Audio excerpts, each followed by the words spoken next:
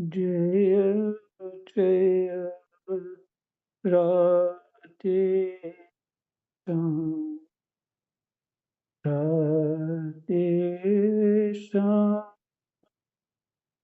जय जय राधे श्याम।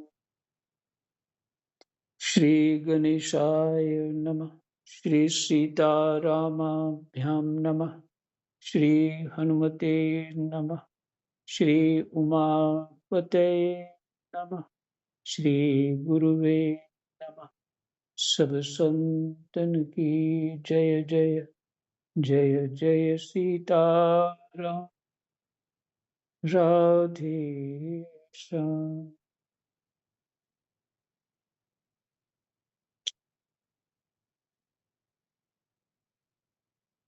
श्रीमद्भागवत महापुराण द्वितीय स्कंध और छठा अध्याय। श्लोक संख्या 22। जिस समय इस विराट पुरुष के नाभि कमल से मेरा जन्म हुआ, ब्रह्मा जी बता रहे हैं नारद जी को, उस समय इस पुरुष के अंगों के अतिरिक्त मुझे और कोई भी यज्ञ की सामग्री नहीं मिली। जिस समय इस विराट पुरुष के नाभि कमल से मेरा जन्म हुआ, उस समय इस पुरुष के अंगों के अतिरिक्त मुझे और कोई भी यज्ञ की सामग्री नहीं मिली। तब मैंने उनके अंगों में ही यज्ञ के पशु, यूप, कुश, यह यज्ञ भूमि और यज्ञ के योग्य उत्तम काल की कल्पना की।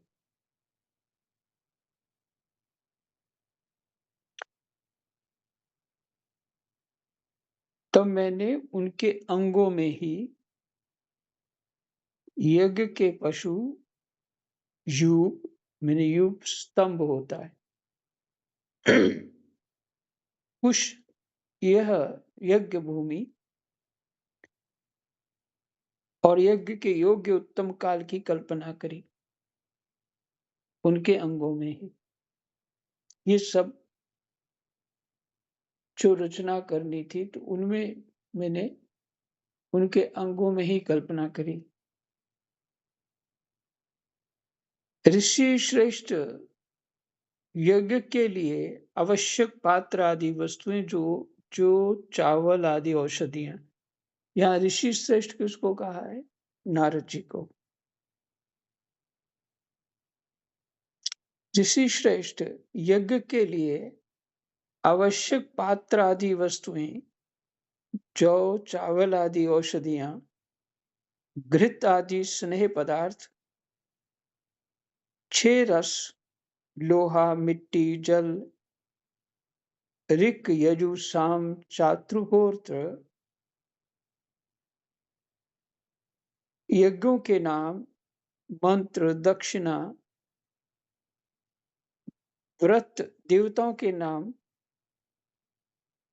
पद्धति, ग्रंथ, संकल्प, तंत्र, अनुष्ठान की रीति।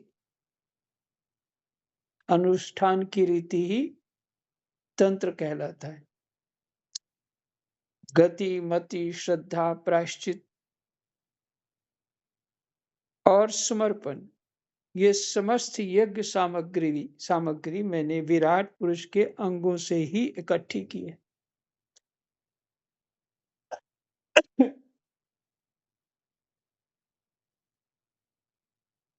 और पीछे आपने सुना कि हमारा जो शरीर है वो तो विराट पुरुष के से ही सारी सामग्री प्राप्त है। हमारे शरीर को जो भी अंश रूप में, छोटे से छोटा अंश है हम विराट पुरुष का।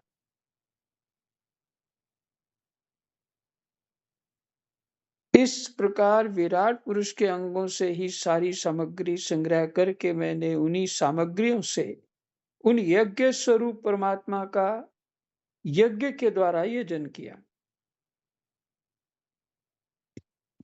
तदनंतर तुम्हारे बड़े भाई इन 9 प्रजापतियों ने अपने चित्त को पूर्ण समाहित करके विराट एवं अंतर्यामी रूप से स्थित उस पुरुष की आराधना की।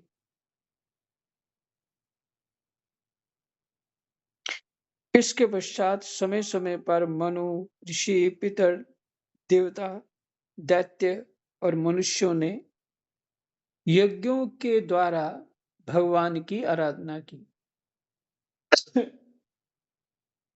नारद, यह संपूर्ण विश्व उन्हीं भगवान नारायण में स्थित है, जो स्वयं तो प्राकृत गुणों से रहित है, परंतु सृष्टि के प्रारंभ में माया के द्वारा बहुत से गुण ग्रहण कर लेते हैं। फिर से नारद, यह संपूर्ण विश्व उन्हीं भगवान नारायण में स्थित है, जो स्वयं तो प्राकृत गुणों से रहित हैं, परंतु सृष्टि के प्रारंभ में माया के द्वारा बहुत से गुण ग्रहण कर लेते हैं,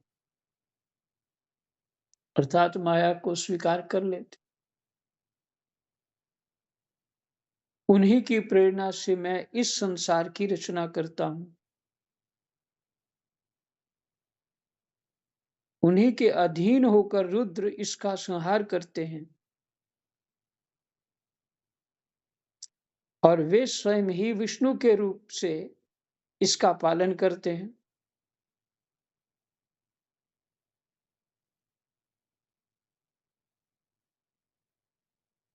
क्योंकि उन्होंने सत्व, रज और तम की 3 शक्तियां स्वीकार कर रखी हैं। यही है माया को स्वीकार करना। सत्व, रज, तम की 3 शक्तियां स्वीकार कर रखी हैं। बेटा, जो कुछ तुमने पूछा था उसका उत्तर मैंने तुम्हें दे दिया। भाव या अभाव, कार्य या कारण के रूप में ऐसी कोई भी वस्तु नहीं है जो भगवान से भिन्न हो। फिर से, जो कुछ तुमने पूछा था उसका उत्तर मैंने तुम्हें दे दिया। प्रश्न को तो स्मृति होगी शायद आप लोगों को। ये जगत क्या है?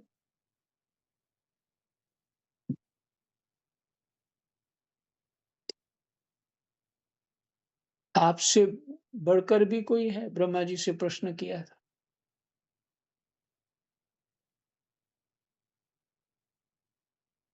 जो कुछ तुमने पूछा था उसका उत्तर मैंने दे दिया। भाव या अभाव, कुछ भाव मैंने जो है अथवा नहीं है, कार्य या कारण के रूप में ऐसी कोई भी वस्तु नहीं है जो भगवान से भिन्न हो। क्योंकि सभी वस्तुओं की जो सत्ता है वो परमात्मा से ही हो सकती है। मैंने उसमें जो भी गुण धर्म या वस्तु की स्थिति है, अमृत, अगर भगवान अमृत में ना हो तो वो भी अमृत अपना कार्य नहीं कर सकता। और विश्व भी यदि उसमें भगवान की शक्ति उस विश्व में ना हो तो वो भी काम नहीं कर सकती, विश्व कार्य नहीं कर सकता।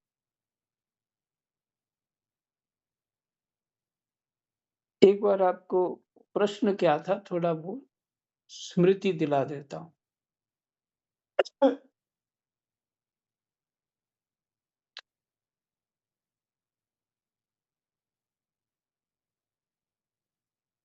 नारद जी ब्रह्मा जी से कहते हैं, पिताजी आपको मेरा प्रणाम है। आप मुझे वह ज्ञान दीजिए जिससे आत्म तत्व का साक्षात्कार हो जाता है।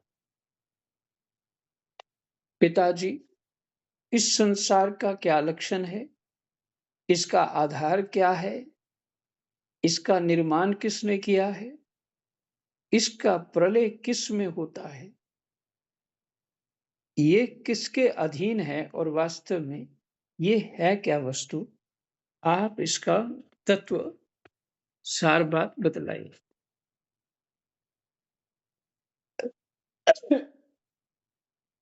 जो ब्रह्मा जी बता रहे हैं इसी में सारे प्रश्न का यही उत्तर है। प्रश्न ठीक से समझ में आएगा, पहले हृदय में धारण करो प्रश्न को, फिर ये उत्तर समझ में आएगा।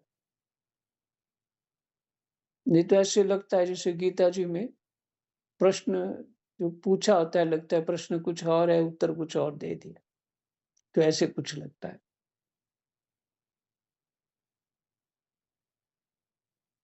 तो ठीक से उसका अपने प्रश्न की तरफ दृष्टि रहे तो उत्तर समझ में आता है।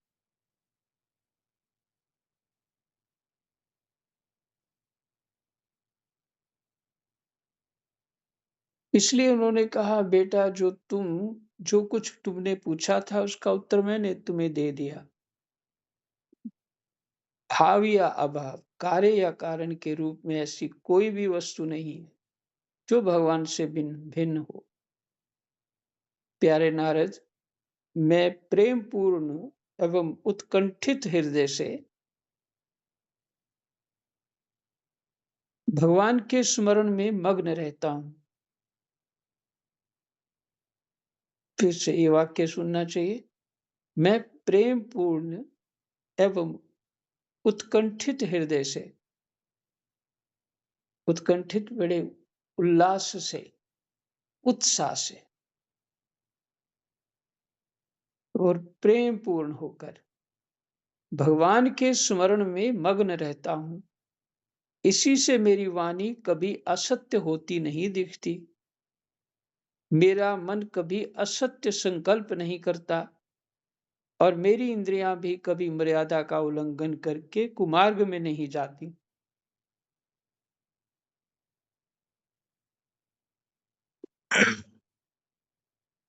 मैं वेद मूर्ति हूं, मेरा जीवन तपस्यामय है। बड़े बड़े प्रजापति मेरी वंदना करते हैं और मैं उनका स्वामी हूं। पहले मैंने बड़ी निष्ठा से योग का सर्वांग अनुष्ठान किया था, परंतु मैं अपने मूल कारण परमात्मा के स्वरूप को नहीं जान सका।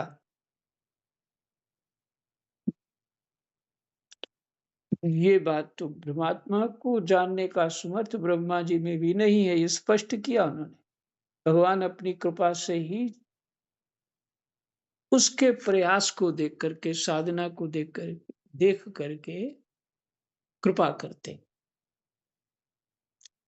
लेकिन अपने बल से भगवान को नहीं जाना जा सकता।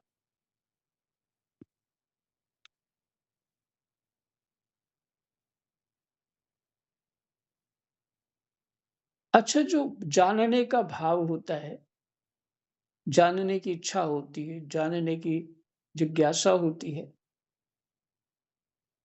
उसके उस जिज्ञासा, उस भाव को जो शक्ति दे रहा है, वो भी तो परमात्मा ही है।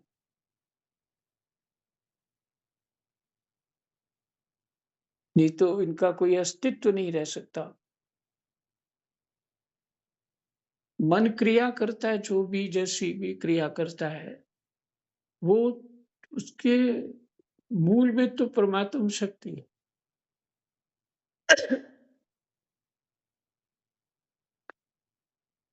तो जिज्ञासा तो मन बुद्धि में ही होती है ना।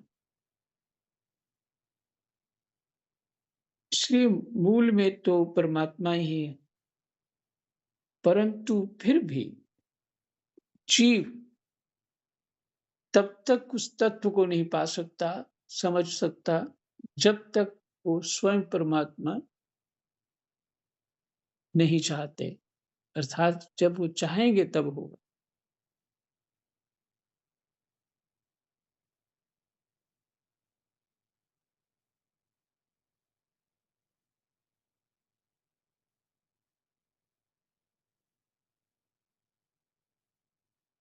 क्योंकि वे तो एकमात्र भक्ति से ही प्राप्त होते हैं।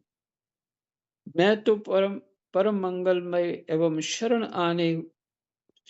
आए हुए भक्तों को जन्म मृत्यु से छुड़ाने वाले परम कल्याण स्वरूप भगवान के चरणों को ही नमस्कार करता हूँ। ये ब्रह्मा जी कह रहे हैं। उनकी माया की शक्ति अपार है। जैसे आकाश अपने अंत को नहीं जानता, वैसे ही वे भी अपनी महिमा का विस्तार नहीं जानते। उनकी माया की शक्ति अपार है।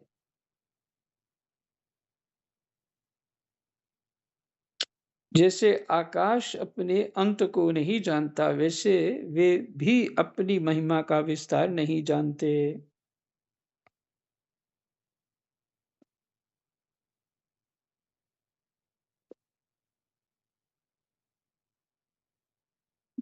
देखिए, भगवान की जो महिमा है, वो कितनी है,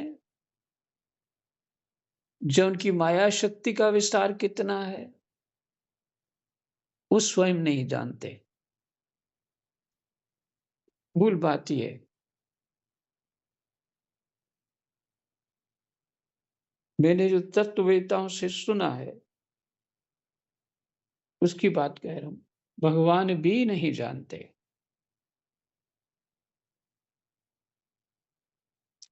उनकी माया की शक्ति अपार है।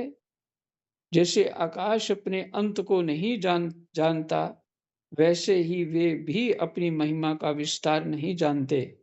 ऐसी स्थिति में दूसरे तो उसका पार पा ही कैसे सकते। मैं, मेरे पुत्र, तुम तुम लोग और शंकर जी भी उनके सत्य स्वरूप को नहीं जानते।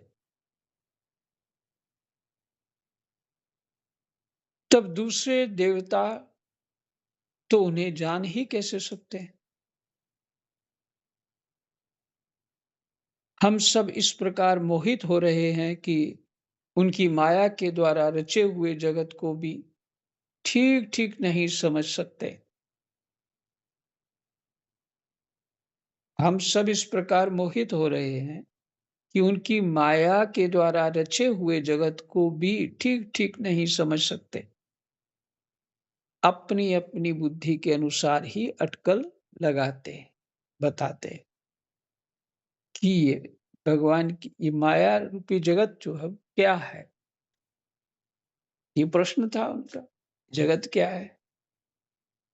तो उन्होंने कहा कि देवता तो जानते ही नहीं, पर जो रचना करने वाले ब्रह्मा कहते मैं भी नहीं जान उसको पूरा समझ सकता।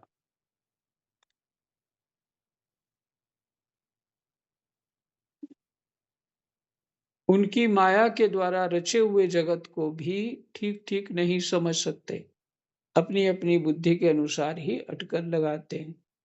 ब्रह्मा जी कोई नई सृष्टि नहीं करते। जो पहले से पहले बनी हुई थी, वो लोप हो जाती है, तो फिर उसकी सृष्टि की रचना फिर से उसको स्थापित करते हैं। तो वो कहाँ से उसका ज्ञान लेते हैं? वेद से। वेद भगवान की वाणी है, तो वेद से ज्ञान लेते हैं। और वो जैसे कोई उनके प्रयास से पहली वाली सृष्टि प्रकट हो जाती है। तो ब्रह्मा जी अपनी इच्छा से नहीं निर्माण कर रहे हैं, ऐसा कर दूं, कुछ भी कर दूं, नहीं। वो पहले से निर्धारित है, वैसी ही रचना करते हैं।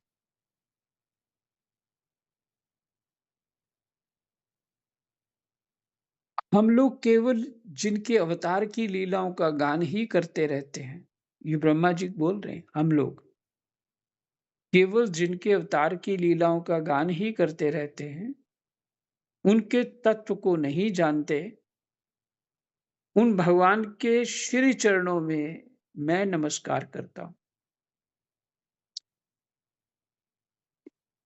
ये विचार आ रहा है कि जब ब्रह्मा भी वहाँ इतना असहाय हैं, जो सृष्टि रचना करते हैं, जो वरदान देने में, कुछ भी करने में समर्थ हैं, जब वो नहीं कर सकते, तो हम लोग अपना स्वास्थ्य भी नहीं ठीक कर सकते, पर अपना अहंकार तो ब्रह्मा से भी ज़्यादा है हमें। अपने मान का, अपनी शान का, अपने विचार का, अपने ज्ञान का।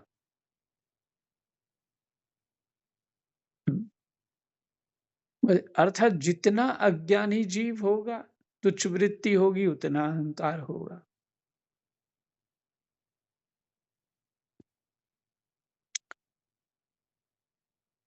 हम लोग केवल जिनके अवतार की लीलाओं का गान ही करते रहते हैं, उनके तत्व को नहीं जानते, उन भगवान के चरणों में, श्री चरणों में मैं नमस्कार करता हूँ। वे अजन्मा एवं पुरुषोत्तम हैं। प्रत्येक कल्प में वे स्वयं अपने आप की ही सृष्टि करते हैं, रक्षा करते हैं और संहार कर लेते हैं। वे माया के लेश से रहित केवल ज्ञान स्वरूप हैं और अंतरात्मा के रूप में एक रस स्थित हैं। वे तीनों काल में सत्य एवं परिपूर्ण हैं, न उनका आदि है न अंत। वे तीनों गुणों से रहित सनातन एवं अद्वितीय हैं। नारद, महात्मा लोग जिस समय अपने अंतःकरण, इंद्रिय और शरीर को शांत कर लेते हैं,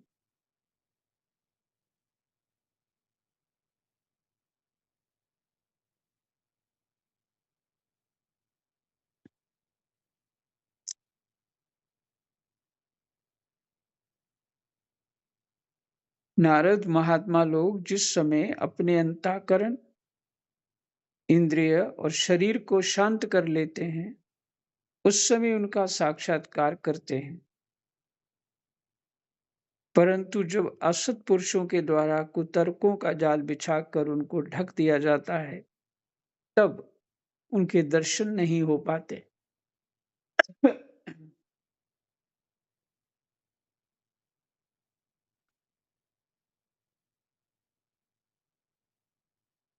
देखिए, यहाँ सत्पुरुष और असत्पुरुष की बात है। महात्मा लोग मैंने सत्पुरुष।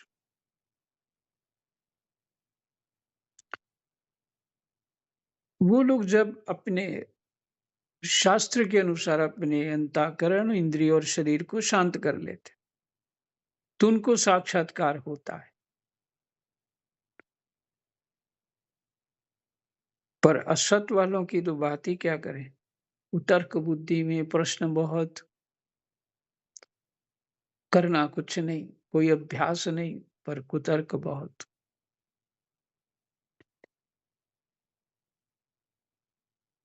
तो उनको दर्शन नहीं हो पाते। परमात्मा का पहला अवतार विराट पुरुष है।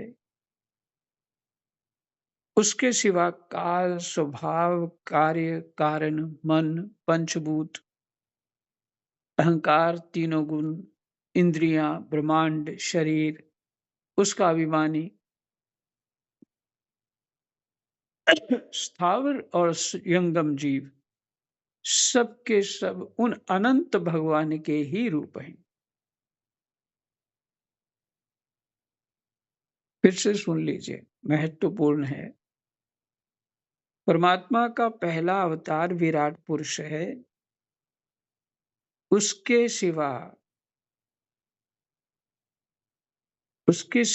काल, स्वभाव, कार्य, कारण, मन, पंचभूत, अहंकार, तीनों गुण, इंद्रियां, ब्रह्मांड, शरीर या ब्रह्मांड शरीर इकट्ठा, थोड़ा एक ही माने दोनों एक जैसे ही तो हैं, ऐसा लिखने में संकेत किया है। उसका अभिमानी स्थावर और जंगम जीव सब के सब उन अनंत भगवान के ही शरीर के ही रूप हैं। मैं शंकर, विष्णु, दक्ष आदि ये प्रजापति, तुम और तुम्हारे जैसे अन्य भक्तजन, स्वर्गलोक के रक्षक, पक्षियों के राजा, मनुष्यों के राजा, नीचे के लोकों के राजा, गंधर्व, विद्याधर और चारणों के अधिनायक, यक्ष, राक्षस, सांप और नागों के स्वामी, महर्षि, पितृपति, दैत्येंद्र,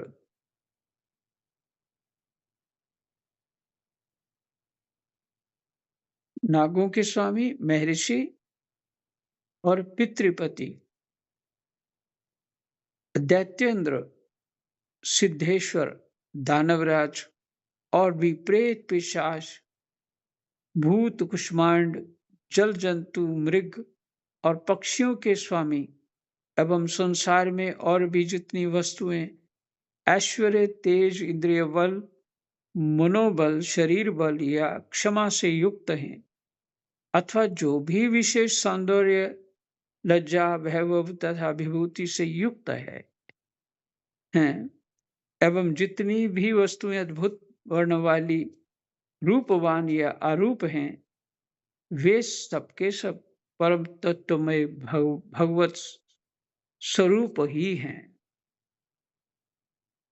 इन सबको, प्रेत पिशाच को भी ले लिया, किसी को नहीं छोड़ा है। इंद्रिय बल, तेज बल, वे सब के सब परम तत्वमय भगवत स्वरूप ही हैं। नारद, इनके सिवा परम पुरुष परमात्मा के परम पवित्र एवं प्रधान प्रधान लीला अवतार भी शास्त्रों में वर्णित हैं। इस बात को हम हृदय में नहीं उतार पाते तो ऐसा लगता है कि कभी सुनी ही नहीं, पहले नहीं सुनी थी। पाठ तो सुना कई बार, पर ऐसा लगता है सुना नहीं पहले, ये नहीं पहली बार पढ़ रहे हैं ऐसे लगता है, क्योंकि उसको हमने जो शब्द थे, जैसे उन्होंने कहा ना कि ध्यान ना देने पर श्रवण व्यर्थ हो जाता है, तो इसीलिए वो पहले का भूल गए, हृदय में नहीं उतार पाए। नारद नारद इनके सिवा परम पुरुष परमात्मा के परम पवित्र एवं प्रधान प्रधान लीलावतार भी शास्त्रों में वर्णित हैं। उनका मैं क्रमशः वर्णन करता हूँ। उनके चरित्र सुनने में बड़े मधुर एवं श्रवणेन्द्रिय के दोषों को दूर करने वाले हैं। तुम सावधान होकर उनका रस लो। हमारा छठा अध्याय विश्राम। ये ब्रह्मा जी नारद जी को बता रहे हैं, तुम सावधान होकर रस लो। तो 7वें में लीला अवतारों की कथा आएगी, उनका वर्णन होगा, तो ब्रह्मा जी नारद जी को ही सुनाएंगे ये बात। आज हमारा 6वां अध्याय विश्राम। कृष्णाय वासुदेवाय हरये परमात्मने प्रणतः कलेशनाशाय गोविन्दाय नमः। जय